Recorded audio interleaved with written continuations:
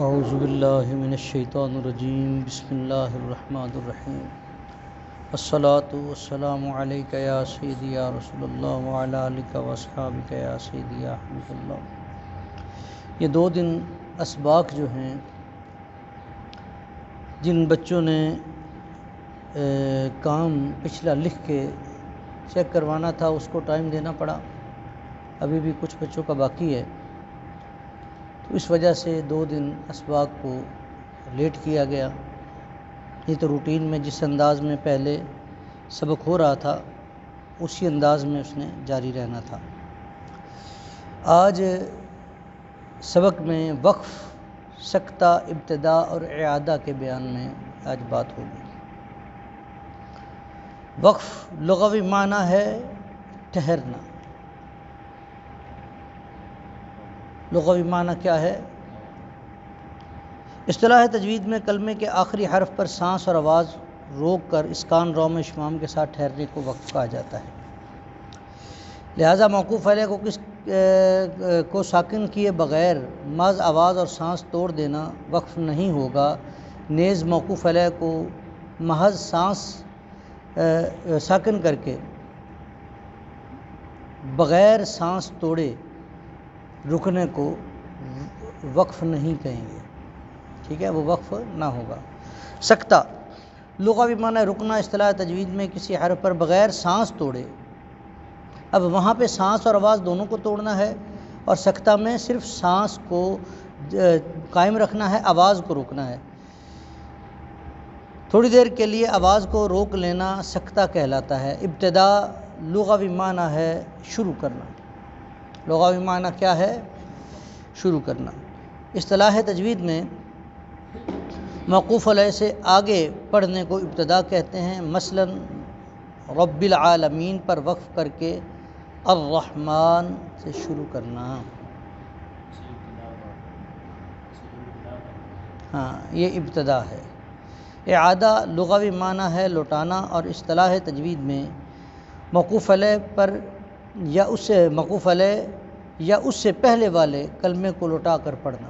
اب چاروں کو سمجھانے کی کوشش کرتا ہوں۔ وقف کا میں نے پہلے پیچھے مفصل بیان ہو چکا ہے، جس میں کیفیت وقف اور محل وقف کے بارے میں گفتگو تھی کہ کیفیت وقف کیا ہے، محل وقف کیا ہے، جس میں وقف تام، کافی، حسن، قبیح اور وقف اختیاری، اضطراری، اختباری، انتظاری وغیرہ کا جو پہلے ذکر ہوا، یہ پہلے ڈیٹیل میں ہو چکا ہے۔ سکتہ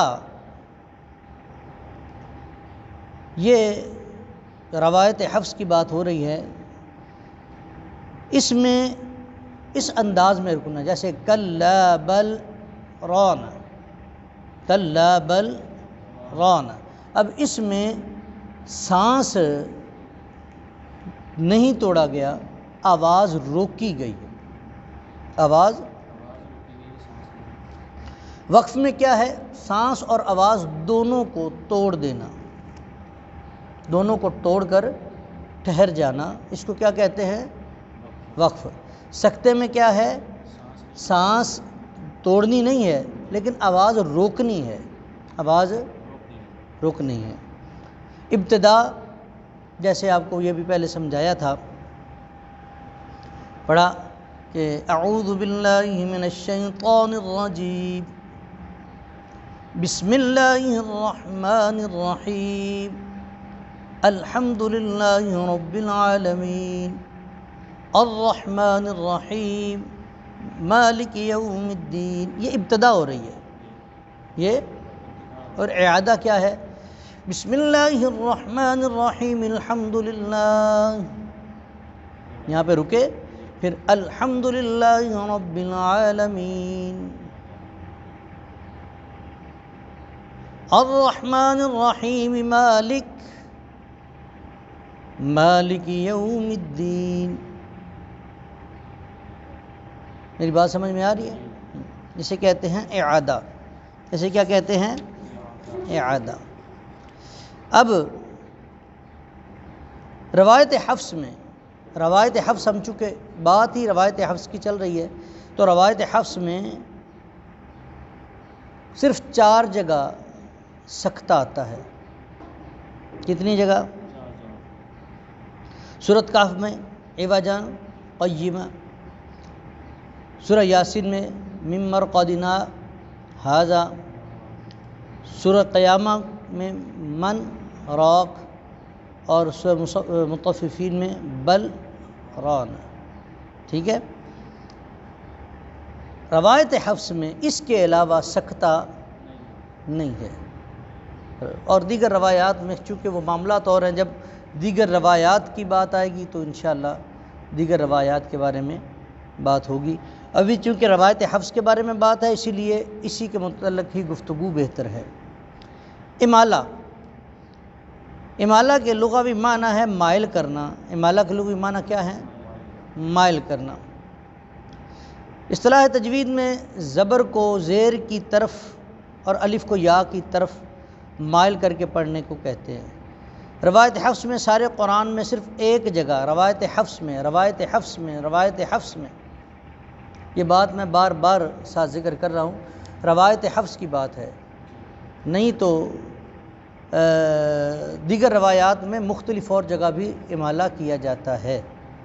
ٹھیک ہے نا. جو آپ اس دن سوال کر رہے تھے کہ جی وہ لوگ قرآن پڑھتے ہوئے ایسے ایسے لفظ بھی پڑھ دیتے ہیں، تو اب چونکہ اس کا موضوع نہیں ہے، میں نے آپ کو کہا تھا وہ روایات پڑھتے ہیں، اور روایات بتا کر پڑھنا چاہیے.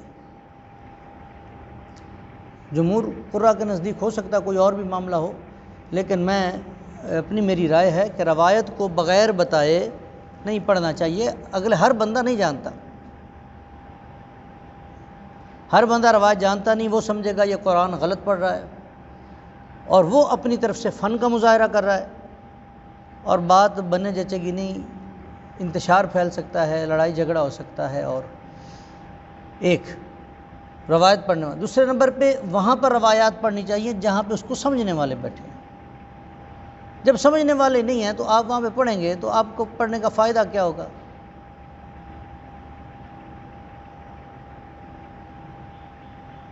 میری بات سمجھ میں آ رہی ہے؟ اب الف کو یا اور فتح کو کسرہ مجہول کے ساتھ کی طرف مائل کر کے روایت حفظ میں سارے قرآن میں صرف ایک جگہ ہی یعنی بسم اللہ مجریہا میں امالہ ہوتا ہے. بسم اللہ مجریہا میں. اب قانون کیا ہے؟ الف کو یا، یہ لفظ تھا مجراہا، اثر کیا تھا؟ مجراہا. اب راہا کو پہلے کیا کیا؟ الف کو یا سے بدلا، الف سے یہ بن گیا مجریہا، اور پھر اس کو کسرہ مجہول سے بدلا تو مجریہا بنا، پھر کسرہ مجہول سے بدلا تو کیا بنا؟ مجریہا. اسی طرح جس طرح وقف کی آپ کو معاملات سمجھائے، سکتہ کا بتایا، ابتدا اور اعادہ کا بتایا. ٹھیک ہے نا. اور اسی طرح آپ کو یہ بھی ذکر کیا گیا ہے کہ وقف اختیاری، اضطراری، اختباری، انتظاری کیا ہے، وقف تام، کافی، حسن، کبھی کیا ہے. اس کی پریکٹس کریں، زیادہ سے زیادہ پڑھنے کی کوشش کریں. جتنی پریکٹس کریں گے، جتنا پریکٹس کرتا ہے اتنا ماہر ہوتا چلا جاتا ہے. یہ بہت ضروری ہے. دعا ہے اللہ ہم سب کو اعمال صالحہ کی توفیق عطا فرمائے.